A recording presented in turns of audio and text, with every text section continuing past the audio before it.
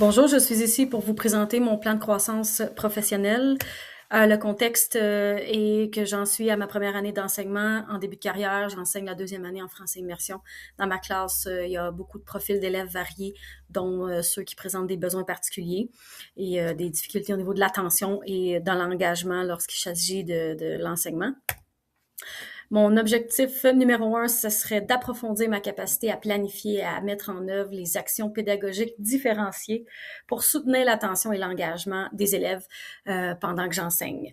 Donc, ici, c'est d'apprendre à collaborer avec les enfants qui ont des besoins particuliers, les outiller en fait, et pour assurer l'équité dans le cadre d'apprentissage de ma classe. Les normes professionnelles, la première norme de qualité, c'est la numéro 4 qui concerne l'inclusion, en fait, d'offrir un environnement équitable et de favoriser une participation active dans un environnement inclusif. La deuxième qui est les normes de Saint-Jean, c'est la numéro 2. Ici, on est dans plus le type de la planification intentionnelle pour arriver à atteindre mon objectif et ainsi ajuster mes interventions. Ensuite, nous avons l'auto-évaluation. Je pourrais dire que moi, je suis dans un niveau de développement assez avancé au niveau de la gestion du comportement, étant donné que je suis éducatrice spécialisée depuis au moins une vingtaine d'années. Donc, j'ai acquis au cours de ma carrière des compétences au niveau de l'observation, au niveau de l'adaptation, être capable d'outiller les élèves et d'intervenir auprès d'eux, de lire les besoins aussi. Pour ce faire, pour atteindre mon objectif, je vais surtout prendre un journal d'observation évolutif.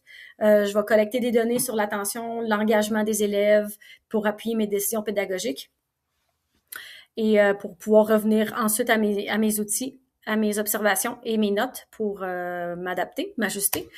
Les 4 stratégies pour cet objectif. La première, portrait des élèves. Donc, je vais faire un portrait complet possible, le plus complet possible, en analysant les dossiers scolaires, les plans d'intervention, en posant des questions aux profs dans les années précédentes. Je vais faire évidemment de l'observation ciblée et ça va être pré-rentrée, finalement, milieu août jusqu'à la fin septembre, mais prenez note que tous mes échéanciers, en fait, ici, ont des débuts, mais pour la plupart, c'est en continu. Deuxième stratégie, la banque d'outils différenciés. Donc, c'est de former une banque d'outils pour montrer aux élèves comment réguler les comportements, développer les fonctions exécutives. La mise en œuvre, maintenant, des stratégies. Ajustement en temps réel selon la réponse des élèves. Je vais mettre en place des routines explicites, claires et des transitions structurées pour favoriser la confiance, diminuer l'anxiété des enfants. Et pour finir, l'analyse et ajustement, ici, c'est le suivi de l'engagement des élèves, la rétroaction professionnelle de mes collègues aussi, les ressources pour ce faire, les dossiers, les plans d'intervention, les courriels des parents aussi, parce que je vais contacter les parents, les pictogrammes, les supports visuels, une minuterie, des coquilles anti-bruit, des chaises qui bercent. Pour faire ma banque d'outils, je vais consulter le curriculum, le site du FDMT, le Scholar's Choice, qui sont des sites pour trouver des outils sensoriels, fidget, manipulation, tout ça. Mise en œuvre en classe, les routines explicites, faire les transitions de manière structurée. Et finalement, l'analyse et l'ajustement, je vais avoir les grilles d'observation qui sont en lien avec les normes et les normes de l'école Saint-Jean aussi, le campus Saint-Jean. Je me suis monté des grilles d'observation, en fait, pour faire une évaluation. Les preuves de réussite, il va y avoir l'augmentation de l'engagement des élèves, la mise en œuvre régulière des pratiques différenciées, un climat d'apprentissage dans la classe favorable à l'équité. Fait qu'on va y avoir encore les notes d'observation sur quoi on va pouvoir se fier, le degré de réussite acceptable pour tous les élèves. Ça va être une trace qui va pouvoir être recueillie pour valider ou non si l'objectif est atteint. L'objectif numéro 2, une maîtrise progressive du programme en littératie son ou graphe. On est dans la littératie, l'enseignement des phonèmes, graphèmes, le décodage, l'encodage, la cohérence pédagogique. Les normes, la numéro 3 qui était au niveau des connaissances du programme, en fait, évidemment, c'est le cœur de mon objectif, c'est de connaître le programme de fond en comble.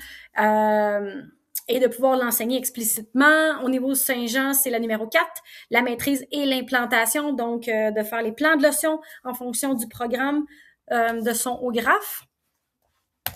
Ensuite, ici, j'ai une compréhension générale du programme parce que j'ai eu plusieurs collègues, en fait, qui l'utilisent dans mon milieu de travail.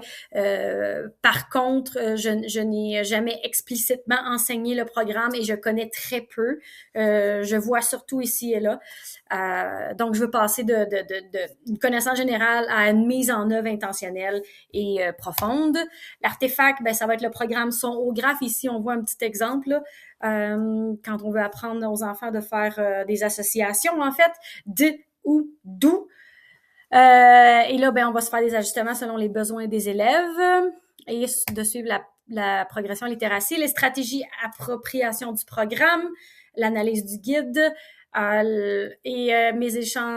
mes échéanciers, excusez-moi, c'est un peu comme tantôt, là, ça commence avant l'école, évidemment.